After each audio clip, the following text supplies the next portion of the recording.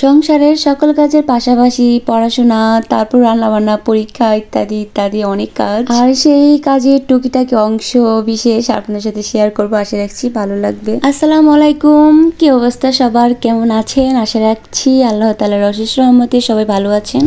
আমরাও ভালো আছি আলহামদুলিল্লাহ। প্রায় কয়েক মাস পর আপনাদের সাথে কথা বলা, আসলে ব্যক্তিগত কারণে ব্লগিংটা মাঝখান দিয়ে একদমই ভালো লাগতেছিল না করার জন্য, এই জন্য প্রায় কয়েক মাস যাবত আমি ব্লগ কিন্তু আপলোড করি না। আর এই তো বেশ কয়েক মাস পর আপনার মিলিয়া আপুর ইচ্ছা হইলো যে একটা ব্লগ ভিডিও আপলোড করা যাক। আর এখন দেখা যাবে মিলিয়া আপু কয়েকদিন পর পর ব্লগ ভিডিও আপলোড দিতে পারি কিনা।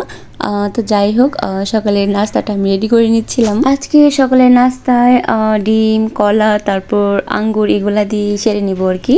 তেমন একটা ভারী খাবার খাবো না, ইচ্ছা করতেছিল না। আর এমনি তো ফলগুলা নষ্ট হয়ে যাবে না খাইলে। নাস্তাটা করতেছিলাম আর আমি একটু রুমে আসলাম। আর আমার রুমে সকালে রৌদ্র আসে, একদমই ভোর সকালে এরকম রোদটা ভালোই লাগে। আমি নাস্তাটা করতেছিলাম আর পড়তেছিলাম। এখন আমার পরীক্ষা চলতেছে, বিএ সেকেন্ড ইয়ারের পরীক্ষা। তো পরীক্ষার পাশাপাশি তো সংসারের কাজ আছে। নাস্তাটা শেষ করার পর কতক্ষণ পরে নিয়েছিলাম। আর এই তো এখন সংসারের কাজে লেগে গিয়েছি। আমার বাসায় আর্টিফিশিয়াল ফুলগুলো না একদমই ময়লা হয়ে গিয়েছে। আমি ভাই বুঝি না, এত ধুলাবালি কোথায় থেকে আসে আমি আসলেই জানি না। আর এই আর্টিফিশিয়াল ফুলগুলা না অতিরিক্ত ধোয়াধুয়ি করলে ফুলগুলা নষ্ট হয়ে যায়। কি আর করার, ধুলাবালি পড়লে ময়লা হইলেও তো ভালো লাগে না। এজন্যই রুমের ভিতরে না ইনডোর প্লান্ট গুলা রাখলে ভালো আমার কাছে মনে হয়। আজকে ছাদে বেশ রোদ উঠে গিয়েছে, আমি এখানে ফুলগুলা ধুয়ে দিলাম। আর আজকে বেশ কাপড়ও ধোয়া হয়েছে। ছাদে কাপড়গুলা নেড়ে দিয়ে চলে আসলাম আমি বাসায় আসার পর অফ ক্যামেরায় সবকিছু রেডি করে নিয়েছি। আজকে আমার পরীক্ষা নাই, তাই ভাবলাম যে একটু চিকেন তারপর পোলাও এগুলো রান্না করা যাক। যেদিন আমার পরীক্ষা থাকে ওই দিন আর রান্না বান্নার চিন্তা করা লাগে না, আমার রান্না বান্না করে পাঠিয়ে দিই। সত্যি একটা কথা কি জানেন, আমার না অনেক দিন পর ভয়েস ওভার করতে গিয়ে একটু জড়তা কাজ করতেছে। এই যে মনে হচ্ছে যখন ফার্স্ট ব্লগিং শুরু করেছিলাম না, তখনও কথা বলতে কেমন জানি লাগতো, তো এখন না এরকমই লাগতেছে। যাই হোক, আস্তে আস্তে আবার ঠিক হয়ে যাবে। আমি অফ ক্যামেরাতে সবকিছু তো রেডি করে নিয়েছি, পেঁয়াজ কুচি, তারপর ডিম সেদ্ধ করে ছোলানো সবকিছু রেডি করে নিয়েছি। এখন জাস্ট পোলাওর চাউলটা আমি ভিজিয়ে রেখেছি। আর পোলাও রান্না করার আগে কতক্ষণ ভিজিয়ে রাখলে সুন্দর হয় আর কি, পোলাওটা জর্জরে হয় একদমই। রেগুলারলি কোনো একটা কাজ করলে না, যদি সেই কাজটা হঠাৎ করে আর করা না হয়, তখন মনে হয় যে কি জন্য একটা করি নাই আমি। আর আমি যে এতদিন ভিডিও আপলোড করি নাই, আমার কাছে প্রথম মানে কয়েকদিন মনে হইতো যে আমি কি যেন একটা মিস করে ফেললাম। আর কোনো কিছুর প্রতি যদি অভ্যাস হয়ে যায়, সেই অভ্যাস তো ফিরে নিতে খুবই কষ্ট হয়। আর সেই অভ্যাসটা হোক না কাজের বা কারোর সাথে কথা বলার, যে কোনো অভ্যাসই না হয়ে গেলে ফিরে নিতে খুব কষ্টকর, আমি যতটুকু বুঝলাম এতদিনে। এই তো আমি কিন্তু আপনাদের সাথে কথা বলতেছি আর আমার রান্না বান্না কিন্তু কন্টিনিউ হচ্ছে। এই যে আপনাদের সাথে এখন আমি ভয়েস ওভার করতেছি আর আমার কাছে মনে হচ্ছে যে আমি আপনাদের সাথে কথা বলতেছি, কিন্তু যখন রান্না বান্না করতেছিলাম তখন তো একদমই একা ছিলাম বাসায়। আর একা একা যে রান্না বান্না করি একদিকে আর গান বলি একদিকে, কি যে করি আমি বাসায় একা থাকলে যা হয় আর কি। প্রথমে আমি ডিমগুলাকে হলুদ লবণ দিয়ে ভালো করে একটু ভেজে, আবার বেশি ভাজি নাই, অতিরিক্ত ভাজলে না কেমন যেন উপরে শক্ত হয়ে যায়, হালকা একটু ভেজে তারপর পেঁয়াজ কুচি দিয়ে দিলাম, সব মশলা দিয়ে এখন এটাকে আমি ভুনা করে নিব। একটা সংসারে কিন্তু অনেক অনেক কাজ থাকে, আর সেই কাজের টুকিটাকি অংশ আমি কিন্তু আপনার সাথে শেয়ার করি।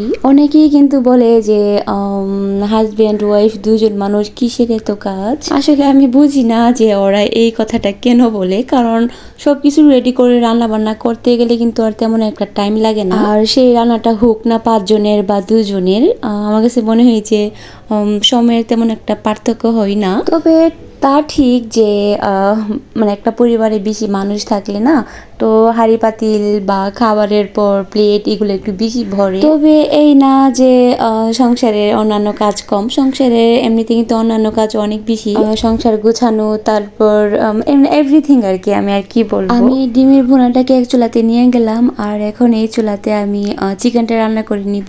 আমার কাছে না পোলট্রি মুরগিটা একটু ভেজে হলুদ লবণ দিয়ে হালকা ভেজে রান্না করলে সবচেয়ে বেশি ভালো লাগে, কিন্তু এই চিকেনটা ভাজতে গেলে আমার অবস্থা একদমই খারাপ হয়ে যাবে, এজন্য আর আমি ভাজি নাই। এখন ভাবলেন তো যে অবস্থা কেন খারাপ হবে, আসলে অবস্থা খারাপের কথা বললাম এই কারণে, কারণ চিকেন ভাজতে গেলে প্রচুর তেল ছিটকায় আর আমার হাতের অবস্থা তো আসলে খারাপ হয়ে যাবে যদি তেল এভাবে ছিটকাই আর কি, এই জন্য ভয়ে আর আমি চিকেনটাকে ভাজি নাই। চিকেনটা কষানোর আগে আমি মশলাটাকে ভালো করে কষিয়ে নিচ্ছি আর এখন চিকেনটাকে দিয়ে দিচ্ছি। রান্না বান্না করতে করতে ছোট একটা জিনিস চেয়ে নেই। আমি জানি আপনারা বুঝে ফেলেছেন। আসলে ভিডিও অনেকেই দেখে, তবে ভিডিওতে লাইক দিতে ভুলে যায়। আমিও জানি, কারণ আমি অনেকেই ভিডিও দেখি কিন্তু লাইক দিতে না ভুলে যাই। আর একটা ভিডিও দেখার পর লাইক দিলে না সেই ভিডিওটা অন্যদের কাছে মানে যায় আর কি, সামনে যায়। এই জন্য একটা ভিডিও দেখার সাথে সাথে একটা লাইক দেওয়াটা প্রয়োজন। আর হ্যাঁ, ভিডিও সম্পর্কে কোনো মতামত থাকলে অবশ্যই আমাকে কমেন্ট করে জানাতে পারেন। মুরগিটা এক চুলাতে রান্না হতে থাকুক, আর এখন অন্য চুলাতে আমি পোলাওটা রান্না করে নিব। সাদা পোলাও রান্না করব। আর সাদা পোলাও রান্না করতে গেলে এখানে পেঁয়াজ কুচিটা তো একদমই ব্রাউন কালার হওয়া যাবে না। পোলাও রান্না করতে গেলে না পেঁয়াজ কুচিটা যদি একটু ব্রাউন হয় তাহলে কিন্তু পোলাওর কালারটা না একদমই চেঞ্জ হয়ে যায়। আমি সাথে কয়েকটা তেজপাতা দিয়ে দিলাম, আর এখন চাউলের পানিটা ভালো করে ঝরিয়ে চাউলটা দিয়ে দিলাম, কাঁচামরিচও দিয়ে দিলাম আর কি, আর লবণ। এখন সবকিছু একসাথে একটু ভাজা ভাজা করে নিব। আর পোলাও রান্না করার ক্ষেত্রে এরকম ভাবে একটু ভাজা ভাজা করলে না পোলাওটা একদমই ঝরঝরে হয়। ভাজা হওয়ার পর ফুটন্ত গরম পানি দিয়ে দিচ্ছি আন্দাজ করে। আমি সবসময় আন্দাজ করেই দিই পোলাওর মধ্যে আর বিরিয়ানির মধ্যে। আর যারা আন্দাজ করে দিতে পারেন না তারা যতটুকু চাউল নেবেন তার ডাবল পরিমাণে পানি অ্যাড করবেন। তবে যদি নতুন চাউল হয় তাহলে অবশ্যই সেই ক্ষেত্রে ডাবল পরিমাণ পানিতে দিবেন, তার মধ্যে পানিটা একটু কমিয়ে দিবেন আর কি, মানে ডাবল পরিমাণে নেবেন তার থেকে একটু কমিয়ে নেবেন। এখানে পানিটা দেওয়ার পর পানিটা শুকিয়ে গিয়েছে। এখন আমি একটু ভালোভাবে উল্টে পাল্টে নিব। আমার পোলাও রান্না কিন্তু হয়ে গিয়েছে। আর আমার পোলাওটা কিন্তু খুবই সুন্দর হয়েছে, একদমই ঝরঝরে। ঠান্ডা হওয়ার পর আরো ঝরঝরে হবে আলহামদুলিল্লাহ। বাসার সকল কাজ শেষ, আমি রান্না বান্না করার ফাঁকে ফাঁকে কিন্তু বাসাটা গুছিয়ে নিয়েছি, আর সেটা ক্যামেরাতে ক্যাপচার করি নাই। রান্না বান্না শেষ করে শাওয়ার দিয়ে আসলাম, আর এমনিতে আমার হাজবেন্ড আসছে। এখন আমরা দুজন মিলে দুপুরের খাবারটা খেয়ে নিব। ও প্রায় অনেক সময় দুপুরে না বাসায় খাইতে আসে না, বাইরে খেয়ে ফেলে স্যারদের সাথে। কিন্তু আজকে আমি ওকে আগে বলে রাখছি যে আজকের খাবারটা কিন্তু বাসায় এসে করতে হবে তোমার, যেহেতু ওর প্রিয় খাবার রান্না করছি। আর ওর প্রিয় খাবার পোলাও, বিরিয়ানি, এগুলো একটু বেশি। দুপুরে খাওয়া দাওয়া করার পর না ও চলে গিয়েছে ওর অফিসে, আর আমি একটু রেস্ট করতেছিলাম। এমনিতেই আমার ফ্রেন্ড কল দিয়ে বললো যে অনেকে আসতেছে, আর আমি তো শুনি মানে খুব খুশি হয়ে গিয়েছি। আসলে আগের মতো বান্ধবীদের সাথে তেমন একটা দেখা সাক্ষাৎ হয় না। আগের দিনগুলাকে খুবই মিস করি। স্কুলে যাওয়ার পর ফ্রেন্ডদের সাথে দেখা হইতো, খুবই ভালো লাগতো। আর এখন তো মাসে একবারও দেখা হয় না। যাই হোক, আমি এখানে আমার বান্ধবী আসবে তো হুট করে আমি কি করব।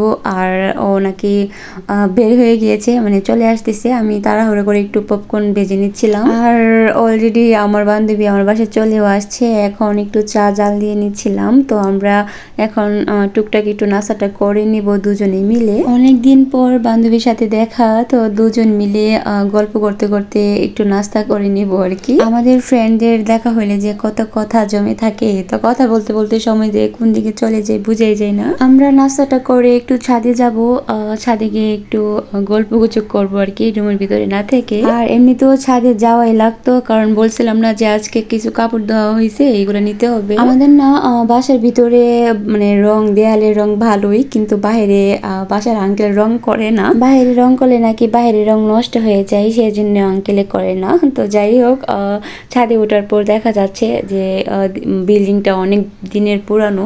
যাই হোক, এখানে দুই বান্ধবী একটু ঢং ঢং করতেছিলাম আর পিকচার তুলতেছিলাম আর কি।